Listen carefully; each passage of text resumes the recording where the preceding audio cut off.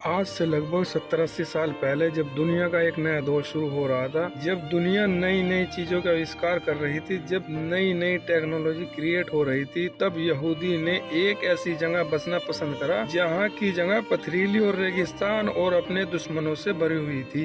लेकिन ऐसा क्यों, जबकि वे ऐसे ऐसे देश में रह रहे थे जहाँ उनके लिए सारी सुविधा उपलब्ध थी। उनके जवानों के लिए अय्याशी के अड्डे, उनके बिजनेसमैनों के लिए सुविधाएं, उनके बच्चों के लिए बेहतरीन स्कूल, कॉलेज, यूनिवर्सिटी, यानी हर तरह के यहूदी के लिए हर तरह की सुविधा। लेकिन फिर क्यों वो ऐसी जगह जाना चाहते थे जहां उनके लिए जंग और मुसीबतें? क्योंकि उनका यकीन आसमानी किताब यानी तौरात पर इतना था कि उनके लिए ही जीते थे। मजहब उनके लिए सब कुछ था। अब उसी दौर के मुसलमानों पर नजर डालते हैं। उस समय मुसलमान गाँव, पिछड़े इलाकों से निकलकर बड़े बड़े शहरों में काम के लिए और पढ़ाई के लिए जाने लगे थे। उस वक्त मुसलमानों की नजर थी एक ऐसी जगह पर जहां उनके बच्चों के लिए बेहतरीन स्कूल, कॉलेज हो और अन्य सुविधा हो। इसके लिए फिर उनको चाहे कितनी ही कुर्बानी देनी पड़े। अपनी सारी जिंदगी का मकसद बस यही इन्हीं सुविधा को हासिल करना था। यानी जो यहूदी छोड़कर आ रहे थे, मुसलमान उन्हें अपनाने के लिए तैयार था। यानी उस समय मुसलमानों को जो धोखा दे दिया कि आज का दौर अलग है, आज की दुनिया अलग है। मजहब तो पुराने और एक गरीबी और लाचारी की अलामत समझा जाने लगा। मुसलमानों का मकसद अच्छा घर, अच्छा बिजनेस, आराम, राहत और इन्हीं के पीछे लगा दिया गया और खुद अपनी किताब पर यकीन करते हुए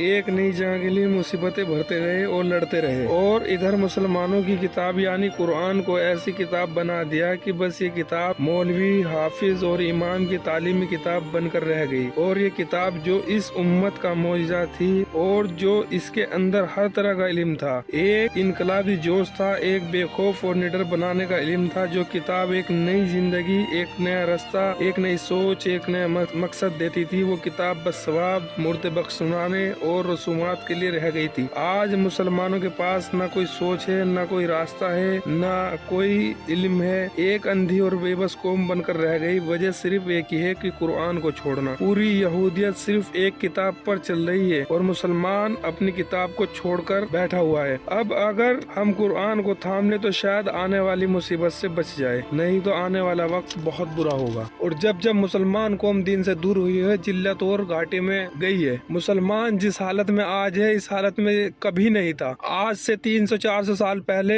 पूरी दुनिया के अंदर मुसलमान हुकूमत, मुसलमान की इज्जत थी। लेकिन क्या वजह रही कि वक्त ढलते ही आज मुसलमान एक बेबस और कमजोर और लाचार होकर रह गया? वजह सिर्फ एक ही है कि मुसलमान ने अपनी किताब को छोड़ दिया।